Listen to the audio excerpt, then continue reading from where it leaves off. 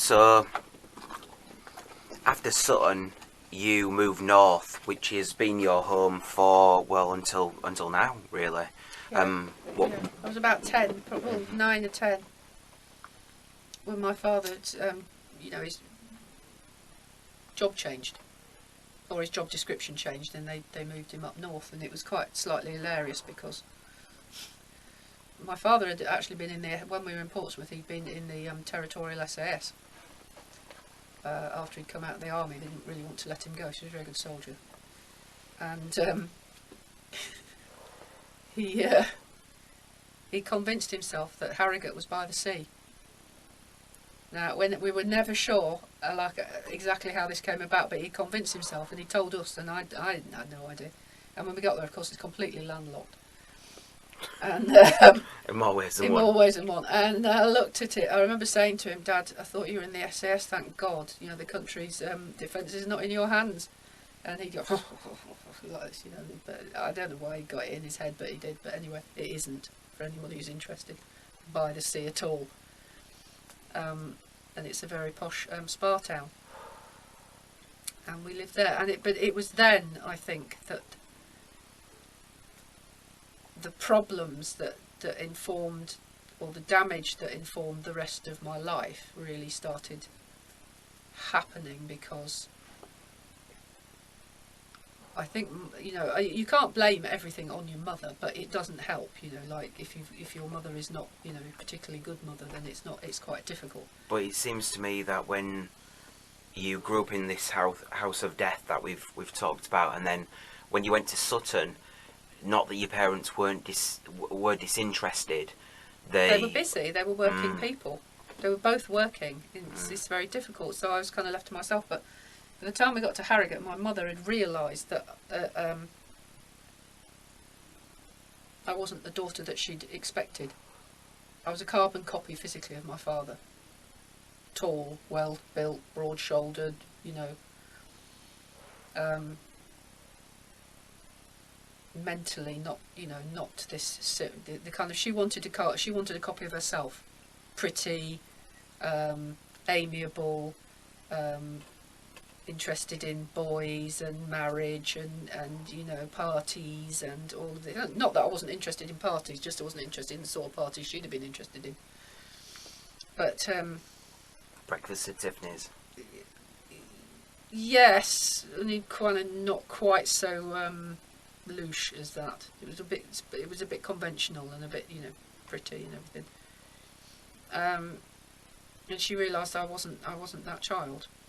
I wasn't that daughter. So she basically impressed this on me, that there's no nice way of putting it, that, you know, that for some reason or another I've been born wrong. I was wrong. I looked wrong, I thought wrong, I spoke wrongly, I did the wrong things. I could very seldom do anything right. And she was bored. She didn't have her family near. She didn't get on with the other women in the very suburban street that we lived on, which was just outside of Harrogate, because she wasn't very good with other women. Every other woman in the world was a rival in some way or another, unless they were so plug ugly that she could comfort herself that no man would ever look at them. Her best friend was a stout woman from New Zealand, who, you know, wouldn't in my mother's eyes was not a nice looking woman. So she could be friends with her, but when she went to coffee mornings, which was the thing, you know, and this was the sort of 60s, or the thing was to go for coffee mornings at everybody's house. Everybody went round to, you know, the women all went round to each other's house in turn and had coffee mornings, and my mother would just come back going, "Oh my God, they're just a bunch of spiteful cats," and just run them down. So she basically, she would prefer to go to the pub, which was a sort of tony little fake country pub at the bottom of the road. Or there was one further, a couple of more, you know, miles away that they would drive to, because everybody drove drunk in those days. And basically sit at the bar and be surrounded by all these adoring guys who would, like, you know, flirt with her and hang on her every word because she was so glam. She was such, as she put it, a glamour puss. So I'm darling. She used to say, "Darling, I'm a man's woman." she felt threatened and challenged in the company of other women. I would imagine she just didn't like them. Mm. Every other woman was a rival. I was a rival for my father's affection. She didn't like having me around because my dad liked me, and but he only liked me in the sense we chatted about history and stories and stuff, and she didn't like it. And she basically drilled it into me that I was ugly, that I was unattractive to people, by which she meant men, of course. That I was socially awkward. That I was hysterical. She couldn't abide it when I was ill. Mm. She would literally just leave me in the house and go out to work. And I'd be like, chest infection, you know. At what age? Oh, 10, Mm. 11. When I was really ill at one point with chicken pox, and anybody remembers how grim chicken pox is when you're a kid, one of the neighbours' grandmothers offered to babysit. But the people knew what was going on, but it was the 60s, nobody said anything, especially not in the suburbs. She offered to sit with me. And my mother begrudgingly went, yes, well, okay, I suppose, yes, it would be very happy. Thank you so much. You know, this lady would come in and she was lovely. And we had such a nice time. And I remember vividly thinking, please, can I go home with you? Please, can I go home with you? And just, can I be in your family? There was only me and my mother, and very occasionally my dad, and occasionally my grandmother would come up to visit extendedly. But she started dyeing my hair when I was 11 because she wanted a child with auburn hair because she thought it was romantic. So she used to hint of a tint my hair. The Celtic vibes from the family. No, she didn't think that at all. It was a fashionable pre-Raphaelite kind of look, you know, at the time. Redheads were supposed to be interesting. And my hair was apparently just brown. It's brown, you know, like that's a bad thing, you know. So it was difficult because she thought that and when I'd been born, my legs were slightly twisted in, so my kneecaps, for example, if I stood in front of somebody, you could see my kneecaps are all to the middle, to the inside, and my ankles are sort of tilted like that, and my feet will practically go backwards. So this was very difficult. So I had to have like what they call built-up shoes in those days, to like what they call orthotics now, I would imagine, but in those days they were called built-up shoes. Why not calipers? Oh, I was threatened with calipers. Iron calipers. I was threatened with those. If I didn't walk straight, I would be put in iron calipers. This was the big threat to walk straight. I did tons of physio. Got taken out of school for physio. And this was another thing that she was furious about because she had beautiful legs, you know, which she'd like to show off. And I didn't. And nobody could say I have beautiful legs, but at least they work. I'm grateful for. But she was furious. And the older I got, the worse it got. And I started to, as soon as I possibly could. I mean, I failed my 11 plus quite resoundingly. Is that the equivalent of SATs, SATs? I would have absolutely no idea about that. There was an exam when you were 11 called the 11 plus, and that decided whether you went to the grammar school or to the secondary modern, the comprehensive school. And of course I failed it, so I didn't get to go to the grammar school, and my mother was again livid, and they double mortgaged the house so they could send me to a private girls' school, which they did. It was called, for anybody who went to this school, Belmont Birkeland's Independent High School for Young Ladies, Harrogate, which was basically two old houses put together as a school, and then it was the most bizarre place. I don't even know how I got an education. It is beyond me how I actually learnt to read and write, but I certainly didn't learn any maths, I can tell you that. No, it was mad.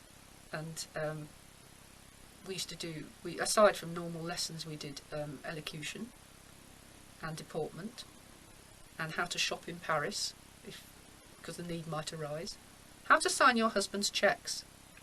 properly. We didn't do cooking because we wouldn't need to know, really. We'd have staff. And we were being groomed to being, executives' wives and all of this. Some Volkers. It was very small. But I started going out when I was about 13. And the reason I got to go out was that all the girls from school went to a dance at a church hall a little way away from where I lived. And all the parents would drop them off.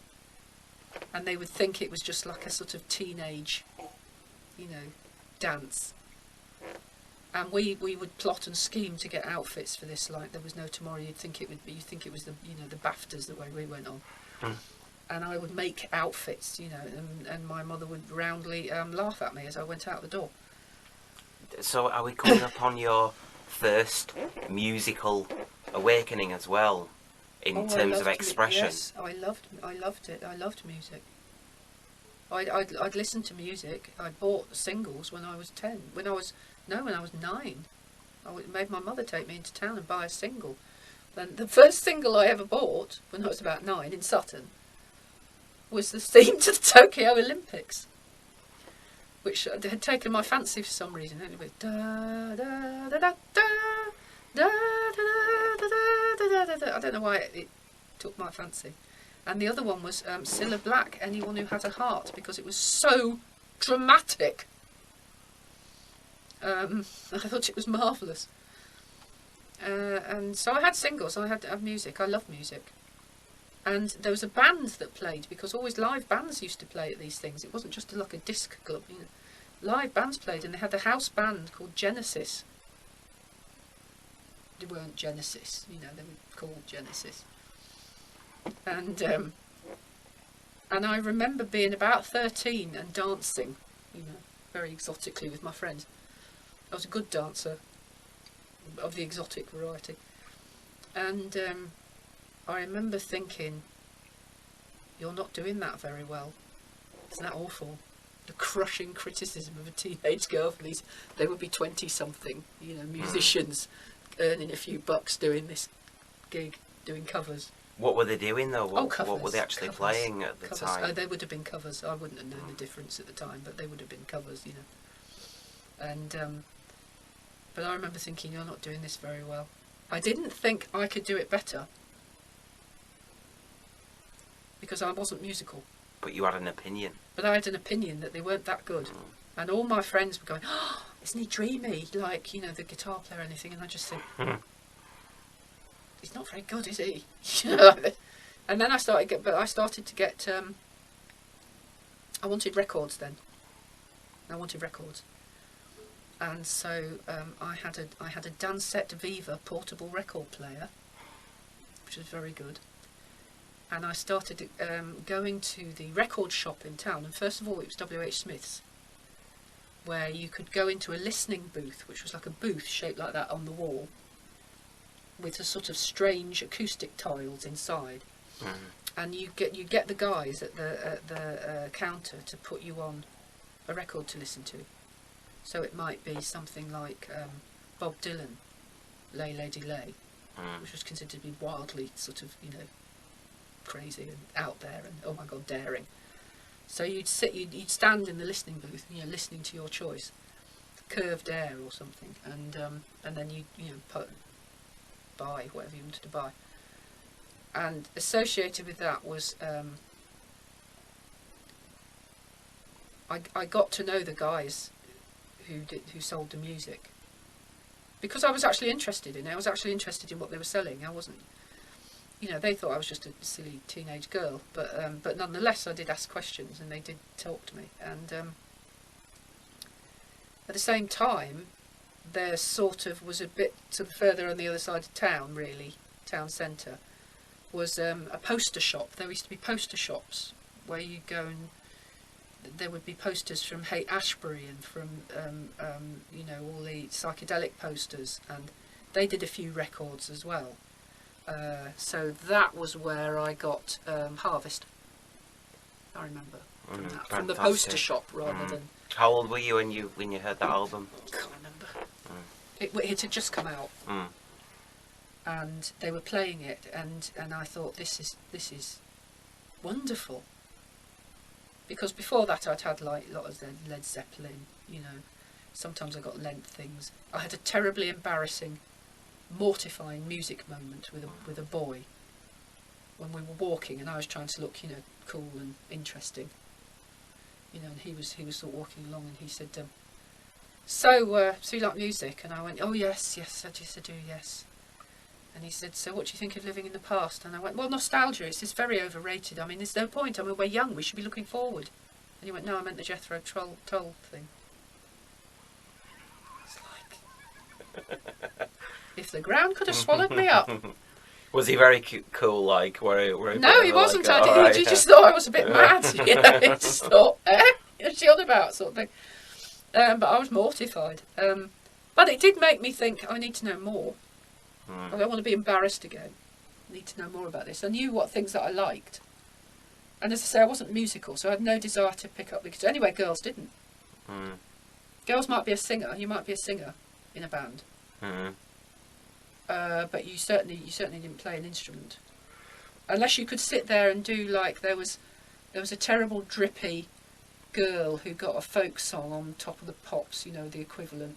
What was she called? I can't remember her name now. She played the guitar sitting there, and she had this terribly long, pale, fair hair, and plucked at a guitar while that was the best you could manage, whilst warbling about something about the, you know, flowers or something.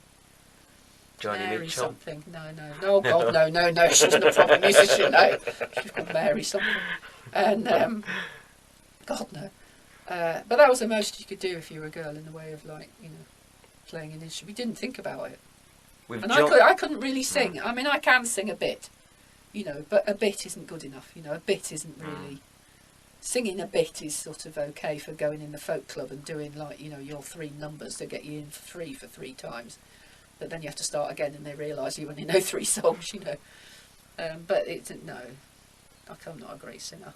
We jumped and we sidetracked to music, which has because music is so important. Music was so important, so important. It was everything. It was oh my gosh. Music and drawing, and writing, because I was writing all the time. I was writing poetry. From my earliest memory, was being published at age 11 in the school magazine, which was a fascinating 4-page epic about the fall of Atlantis, because I like a big theme, you know. And around about that time, my English teacher sent my realised I wasn't paying a blind bit of attention in lessons. I was writing in my rough book, if anyone remembers what a rough book is. In my rough book, I was writing poetry. I wasn't actually paying any attention to what she was saying. She took it off me. I was furious.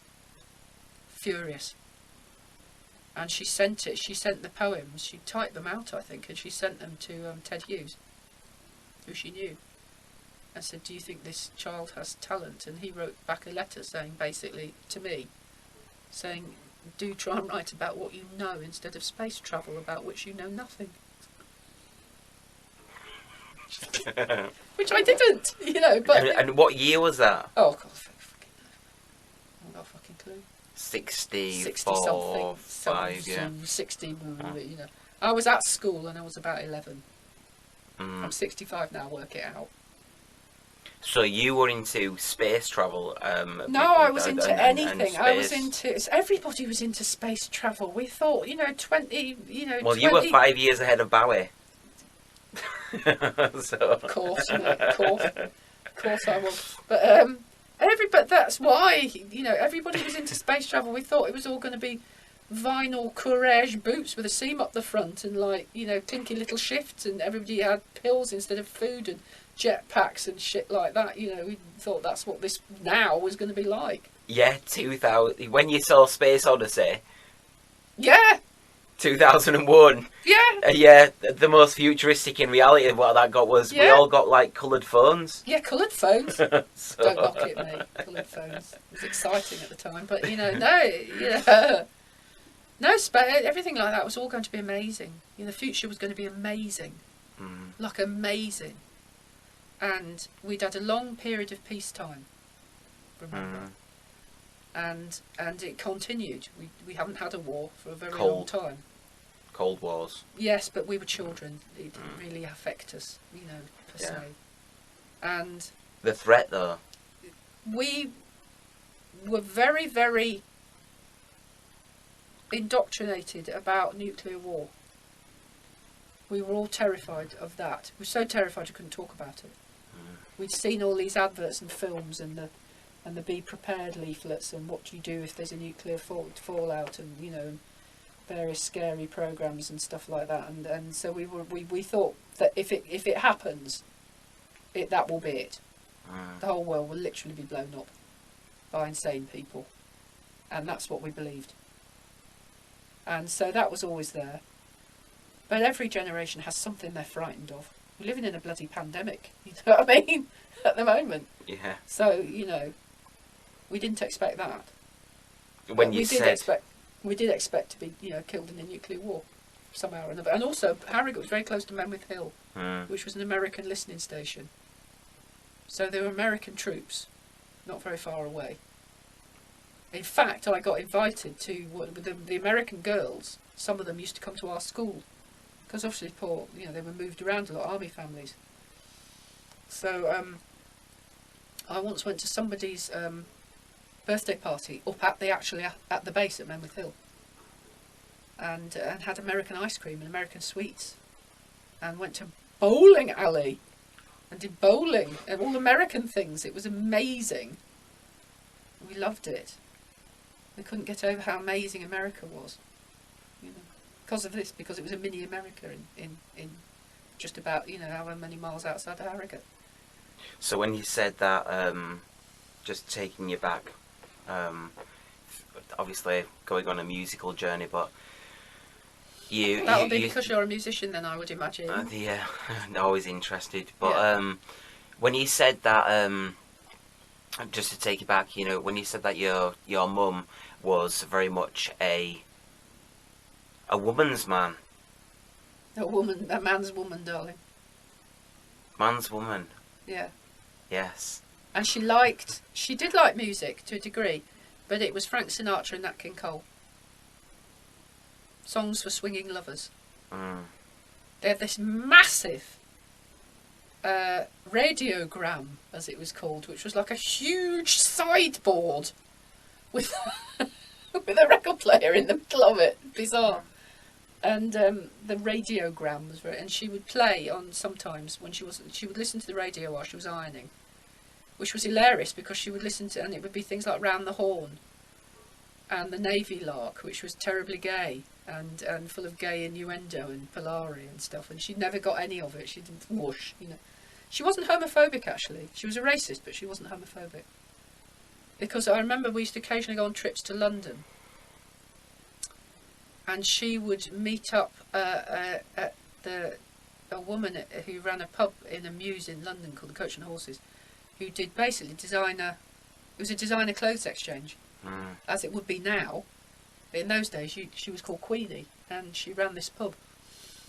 And we would go and visit Queenie, and my mother would get all these knock down price, designer clothes, and she would leave me in the bar. I was probably again about 11 or 12, with all these gay chorus boys from the various theatres around, who would spend a lot of time doing my hair and giving me Coca-Cola, which was exotic and fascinating. Mm-hmm. And she was never homophobic. I was not brought up to be a homophobe. My father wasn't homophobic, couldn't care less. But my mother was a racist, yes. She was. But your father wasn't? My father wasn't a racist, no. No. Again, he really didn't care about anything like that. Your religion, your colour, your background. It was immaterial to him, as long as you were interesting. It seemed that he believed in people. He believed in people very much, yes. And especially interesting people and intelligent people. And especially funny people. He was a funny guy, and he liked good company. And if you were good company, that was fine. But my mother was a racist. I wish I could say otherwise, but I actually can't.